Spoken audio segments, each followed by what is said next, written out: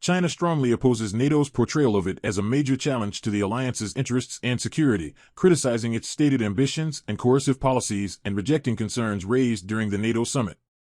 NATO leaders, halfway through their summit in Vilnius, issued a communique highlighting China's challenge to their interests, security, and values, emphasizing the PRC's opaque strategy, intentions, and military buildup.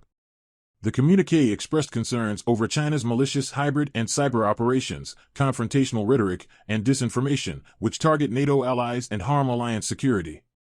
NATO leaders also noted a deepening strategic partnership between China and Russia, reinforcing their attempts to undermine the rules-based international order, and urged China to play a constructive role while condemning Russia's aggression against Ukraine. In response, the Chinese mission to the European Union accused NATO of distorting China's position and intentionally discrediting the country, firmly opposing and rejecting the communique's claims. Leaders attending the NATO summit from Australia, Japan, New Zealand, and South Korea, including Prime Ministers Anthony Albanese, Fumio Kishida, Chris Hipkins, and President Yoon Suk-yeol, expressed concerns over rising tensions in the region related to China and North Korea.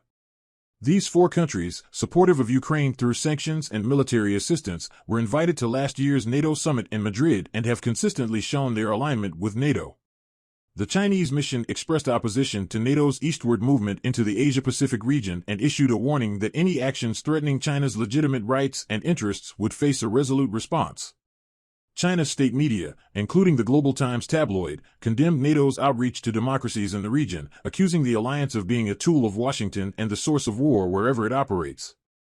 The editorial called for NATO to withdraw from the Asia-Pacific region, claiming that most Asian countries view NATO as a formidable and unwanted presence. NATO's recent declaration builds upon its strategic concept released last year, which recognized the risks posed by China's ambitions and policies and acknowledged the importance of the Asia-Pacific region for Euro-Atlantic security.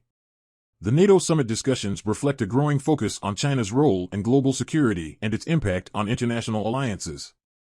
China's response underscores its firm opposition to being portrayed as a challenge by NATO and its intent to protect its interests in the Asia-Pacific region.